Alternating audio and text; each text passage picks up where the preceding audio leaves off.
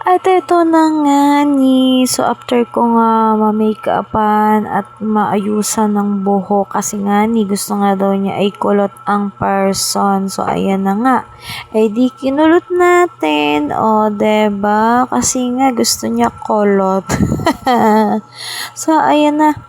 Binihisan ko na nga siya after ko nga siyang ma-makeupan. Ay, ano, parang feeling makeup artist talaga ang atin nyo.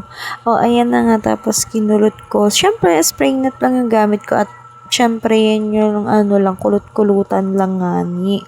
At,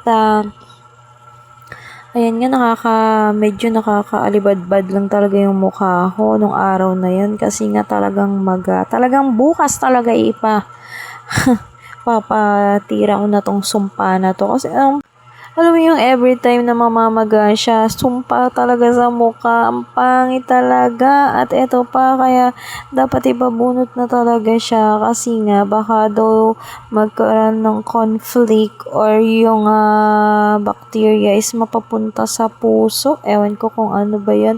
So, ayan na nga. Kaya kailangan na talaga ipatanggal yan. Ito na nga, pagkatapos kong bihisan, makeup pan si Bonso, ay syempre, sasapatusan pa.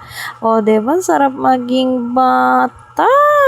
So, ganyan talaga kapag bata pa, inaasikaso pa talaga. So, kahit naman matanda na kami talaga, ay inaasikaso pa rin kami talaga ng aming magulang. Kahit na may mga asawa at may mga anak na kami. So, ayan, thank you kay Mama Emily at kay Tatay Rodencio. So, ayan na.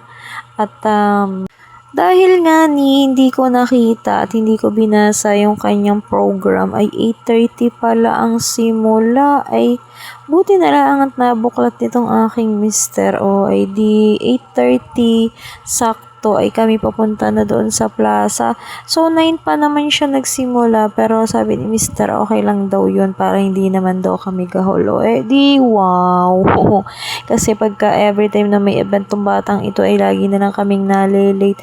Buti na nga lang at maaga siyang nagising kasi sabi nga namin kagabi ay matulog siya ng maaga para pag bukas magising siya ng maaga. O diba, excited din naman ng checketing. Ganda-ganda talaga ng in-order natin, inutang natin.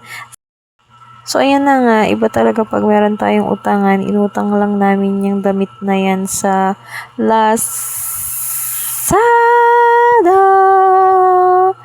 So, diba, malaking tulong din kasi if ever na wala kang pera, pambili, pwede mo namang iutang. So, basta updated ka lang sa pagbabayad ay talagang makakautang ka. O, ayan, diba? Complete set na siya.